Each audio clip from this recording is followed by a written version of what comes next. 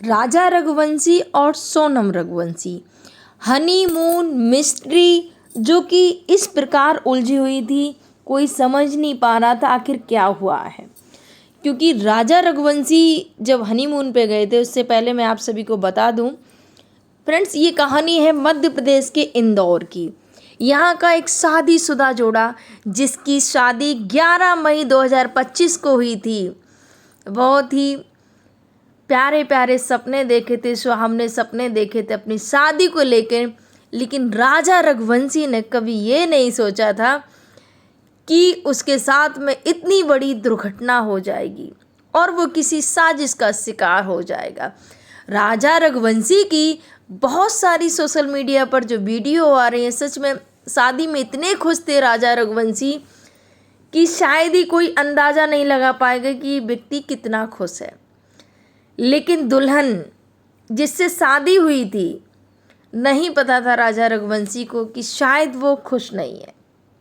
जी हाँ, सोनम रघुवंशी जिसके साथ ने राजा ने 7 फेरे लिए थे। इनकी शादी 11 मई को होती है।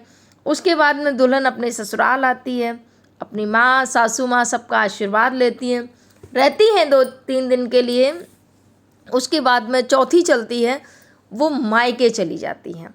अब जब मायके जाती हैं, उसके बाद में प्लान बनाती हैं कि चलते हैं मेघालय के शिलोंग में हनीमून मनाने के लिए। पहले तो राजा रघुवंशी बोले कि छोड़ो ना, अभी नहीं। तो सोनम रघुवंशी बोल, अरे चलते हैं ना, अब तो मैंने टिकट भी बुक कर लिए हैं, अब तो आपको चलना ही पड़ेगा। यहाँ पर राजा रघुवंशी ने अपनी माँ से कहा कि माँ, सोनम ने टिकट बुक कर लिए हैं और मुझे जाना होगा। माँ मैं चला जाऊँ, जल्दी ही आ जाऊँगा, बस 5-6 दिन के लिए ही जाऊँगा। माँ बोली ठीक है बेटा चले जाओ, लेकिन ध्यान से जाना। यहाँ पर राजा रघुवंशी घर से निकलते हैं। माँ ने देखा राजा के गले में चैन है सोने की, हाथ में डायमंड रिंग है। माँ ने बोला घर में तो कुछ आया नहीं समझ में, खुशी खुशी बेटा घर से निकल पड़ता है। लेकिन माँ का ध्यान गया कि शायद चैन पहन के जा रहा है, कुछ खतरा हो सकता है, कुछ अनहोनी हो सकती है। इस वजह से माँ राजा रघुवंशी से बोलती हैं, बेटा आप ये चैन को उतार देना, चैन को पहन के मत जाना। तब जाके राजा बोलता है कि माँ, सोनम ने ही बोला था चैन पहन के आओ। यहाँ पर राजा बोलता है ठीक है माँ, मैं अब चैन उतार दूँगा। लेकिन एयरपोर्ट पर जब उन लोगों ने अपनी फ़ोटो पोस्ट की, तब जाके माँ को वो चैन दिख गई गले में। फिर माँ ने कॉल किया कि बेटा चैन उतार दो, चैन मैंने मना किया था। बोले हाँ माँ उतार दूँगा। इसके बाद में वो दोनों मेघालय के शिलोंग में घूमने के लिए जाते हैं। अब जब घूमने के लिए जाते हैं, वहाँ पर मंदिर जाते हैं, दर्शन करते हैं। ये 20 का ये वाक़या है क्योंकि उनकी टिकट थी 20 को। उसके बाद में जब घूमने के लिए गए तो एक दिन माँ से बात हुई क्योंकि व्रत था एकादशी का। तो माँ ने बोला कि व्रत है। बोली हाँ माँ, आज तो मैंने व्रत है, व्रत थोड़ी ना मैं तोड़ सकती हूँ। सोनम की काफ़ी देर माँ से बात हुई। उसके बाद में राजा से ही बात हुई। माँ ने बोला कि बेटा कब आ रहे हो? बोले बस माँ कल ही निकल रहा हूँ मैं यहाँ से। उसके बाद में जो दूसरे दिन होता है, राजा रघुवंशी का फ़ोन स्विच ऑफ जाता है।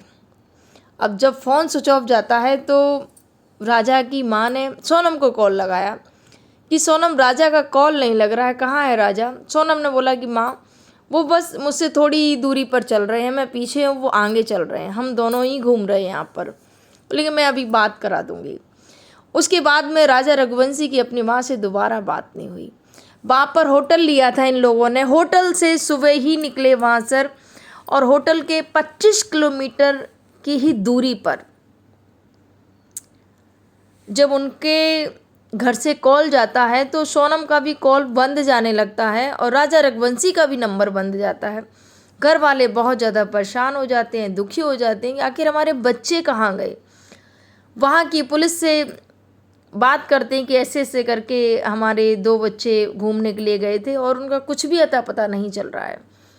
इसके बाद में उनके घर वाले वहाँ जाते हैं ढूंढने के लिए, प्रशासन की मदद लेते हैं, पुलिस की मदद लेते हैं और सर्च ऑपरेशन चलाते हैं। जब सर्च ऑपरेशन चला तो राजा रघुवंशी की बॉडी मिलती है। बॉडी चेहरे को ख़राब कर दिया गया ताकि शिनाख्त ना हो पाए। घर वालों ने राजा रघुवंशी के टैटू से उसकी पहचान की।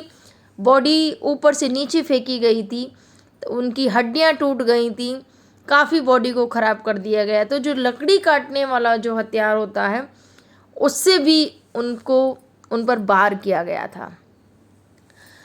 अब जैसे ही बॉडी मिली, घर वालों के तो पैरों तले ज़मीन खिसक जाती है। माँ को पता चलता है, माँ तो दहाड़े मार के रोने लगती है कि मेरा बेटा, किस समय मेरा बेटा घर से निकला था और मैंने कभी नहीं सोचा था कि ऐसा भी होगा।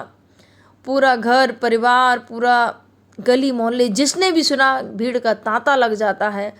और उसके बाद में पोस्टमार्टम होता है बॉडी का, पीएम रिपोर्ट आती है। उसके बाद में स्पष्ट था कि राजा रघुवंशी की हत्या की गई है। अब राजा रघुवंशी की बॉडी तो घर आ चुकी थी, लेकिन सोनम का कुछ भी नहीं पता चल रहा था कि आखिर सोनम कहाँ गई है। सोनम को ढूंढने की पूरी कोशिश, लोगों ने कैंडल मार्च भी निकाले कि कहीं भी जहाँ भी हो सोनम सुरक्षित हो, क्योंकि लोगों के मन में बहुत सारे विचार आ रहे थे कि ऐसा तो नहीं है कहीं कि सोनम को गिरफ्तार कर, सोनम को अगवा कर लिया गया है, सोनम को कहीं बेच तो नहीं दिया गया है, किडनैपिंग हो गई है सोनम की। ऐसे ऐसे ख्याल आ रहे थे और कुछ अनहोनी ना हो जाए सोनम के साथ में। राजा के साथ में तो हो ही गई है ऐसी वारदात, लेकिन सोनम हमें ठीक ठाक मिल जाए, यही घर वालों का कहना था। यहाँ पर पुलिस भी अपना काम कर रही थी, लेकिन घर वालों का मानना था कि सीबीआई जांच होनी चाहिए। सीबीआई जांच होगी तब जाके जो मामला है वो, उनको लगता था कि वो निकल के आएगा, क्योंकि उनको ऐसी भी आशंका थी कि ऐसा तो नहीं कि बांग्लादेश बॉर्डर वहाँ से पास में ही पड़ता है, ऐसा तो नहीं कि बेच दिया हो विदेश में जाके सोनम का, जिससे कि कभी शायद पता ही न चल पाए सोनम का। घर वालों के ऐसे विचार हो रहे थे कि सीबीआई जांच होनी चाहिए, बेटी के साथ में कुछ ना कुछ कहीं गलत ना हो रहा हो। हर एक जिसने भी सोशल मीडिया पर इस बात को सुना, इस न्यूज़ को सुना, सबके मन में बस यही लग रहा था कि राजा को मार दिया, सोनम को लेकर आखिर कहाँ ले गए, आखिर क्या हुआ। बहुत सारे विचार आ रहे थे। सोनम को ढूंढने की पूरी कोशिश की जा रही थी, लेकिन सोनम का कुछ भी पता नहीं चल रहा था।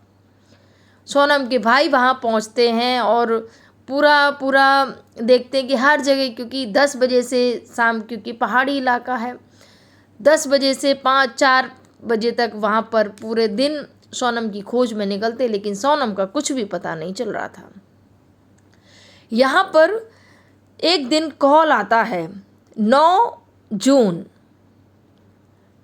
को कॉल आता है सोनम का कि भैया मैं यूपी के गाजीपुर में हूँ, यहाँ इस होटल में।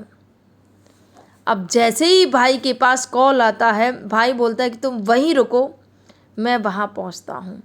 और वहाँ पर भाई तो नहीं पहुँचा, उसके पहले भाई ने पुलिस को कॉल कर दिया कि जहाँ भी है मेरी जो बहन है वो सेफ़ हो।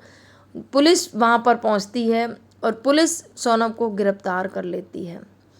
अब सोनम की गिरफ्त में, पुलिस की गिरफ्त में आ चुकी थी। इसके बाद में मेघालय पुलिस भी पहुँचती है, क्योंकि मेघालय पुलिस पर बहुत बड़ा सवाल खड़ा हो गया था उन पर कि मेघालय में ये घटना हुई, और लोगों के अंदर भी एक डर पैदा हो गया था कि अरे वहाँ पर ऐसा कुछ हुआ है। और यहाँ क्योंकि नए लोग जब भी कहीं जाते हैं, कहीं पर अगर घटना घट जाती है तो वो स्टेट पूरा ही बदनाम हो जाते हैं। अरे खौफ हो जाता है, लोगों का डर हो जाता है कि अरे वहाँ मत जाना, वहाँ ऐसा हो गया था। तो यहाँ पर जब पुलिस ने सोनम को गिरफ्तार कर लिया पूछताछ की, लेकिन सोनम बदहवास हालत में थी, सोनम कुछ भी नहीं बोल रही थी। अभी भी सोनम, मीडिया के सामने सोनम के बयान कुछ भी नहीं आए हैं। जो भी है पुलिस ने ही अपने बयान दिए हैं कि सोनम के साथ में मिलकर 3 लोग जिसमें थे जिन्होंने हत्या की है राजा रघुवंशी की। एक तो जो राज कुशवाहा है, जो सोनम का प्रेमी है, वो मिला हुआ है। उसके साथ में 3 लोग थे जिनको सुपारी दी गई थी। 3 लोगों ने राजा रघुवंशी की हत्या की गई है और उन तीनों को फ़िलहाल गिरफ्तार कर लिया गया है पुलिस ने। लेकिन सोनम के भाई का कहना है कि मुझे सोनम से मिलने दो, अगर मेरी बहन दोषी है तो उसे आप फांसी दे देना, लेकिन जब तक मेरी बहन से बात नहीं हो जाएगी, मैं उससे पूरी बात नहीं सुन लूँगा, तब तक कुछ भी मैं नहीं कह सकता हूँ। एक बार मेरी बहन से मिलने दो। फ्रेंड्स, ये भी सही बात है। आखिर क्या हुआ क्या नहीं हुआ, सोनम कुछ भी नहीं बोल रही है। जब तक सोनम खुद आकर बयान नहीं देगी, खुद नहीं बोलेगी, तब तक कुछ भी नहीं कह सकते हैं कि आखिर दिख तो रहा है कि हत्या हुई है, स्पष्ट दिख रहा है कि हत्या की गई है राजा रघुवंशी की, वो भी प्लान के साथ में की गई है। लेकिन आखिर क्यों और कैसे, वो सारी चीज़ें जो पर्दे होते हैं वो तो सोनम ही खोलेंगी। कैसे सोनम शिलोंग से राजा को छोड़कर कैसे गाजीपुर उत्तर प्रदेश पहुंची, और आखिर क्यों सोनम ने अपने ही पति की हत्या करवा दी। सोनम जो भी है अपने बयान को जब देंगी तब पता चलेगा। फिलहाल पुलिस ने ये बयान दिए हैं कि ऐसा ऐसा हुआ है, सोनम ने ही हत्या करवाई है अपने पति की। फ्रेंड्स, जाते जाते यही कहना चाहूँगी मैं सारे बेटियों को और सारे बेटों को, शादी जब भी करिएगा पूछ लीजिएगा, अगर वो किसी और से प्यार करती है तो स्पष्ट मना कर दो, वहाँ पर शादी मत करो। और प्लीज़ अगर आप किसी से प्यार भी करते हो ना, अगर शादी के रिश्ते में बंध गए हो तो उस रिश्ते को निभाइएगा। 7 फेरे 7 वचन, उनकी मर्यादा को मत तोड़िएगा। लोगों ने शादी के रिश्ते को बिल्कुल तार तार कर दिया है। ये रिश्ता प्रेम और विश्वास की डोर पर टिका होता है। इस प्रेम और विश्वास की ऐसे धज्जियाँ मत उड़ाइएगा। शादी एक पवित्र बंधन है जिसमें बंधकर आप एक सुखमय भविष्य की कामना करते हैं। लेकिन कुछ लोग इस प्रकार प्यार के अंधे हो जाते हैं प्यार में कि उन्हें कुछ नहीं दिखाई देता। ऐसा भी प्यार क्या कि किसी की ज़िंदगी ख़त्म करके आप अपनी खुशियाँ ढूंढो। मत करिएगा किसी के साथ। अगर आपको नहीं रहना है तो सामने वाले से बोल दो, मैं आपसे प्रेम नहीं करती, मैं आपके साथ में नहीं रहूँगी। लेकिन किसी की जान मत लो, किसी की माँ की सूनी गोद मत उजाड़ो, किसी की ज़िंदगी को ख़त्म मत करो। खुद भी जियो और दूसरे को भी जीने दो। अगर नहीं रहना है तो बोल दो, मुझे आपके साथ नहीं रहना है।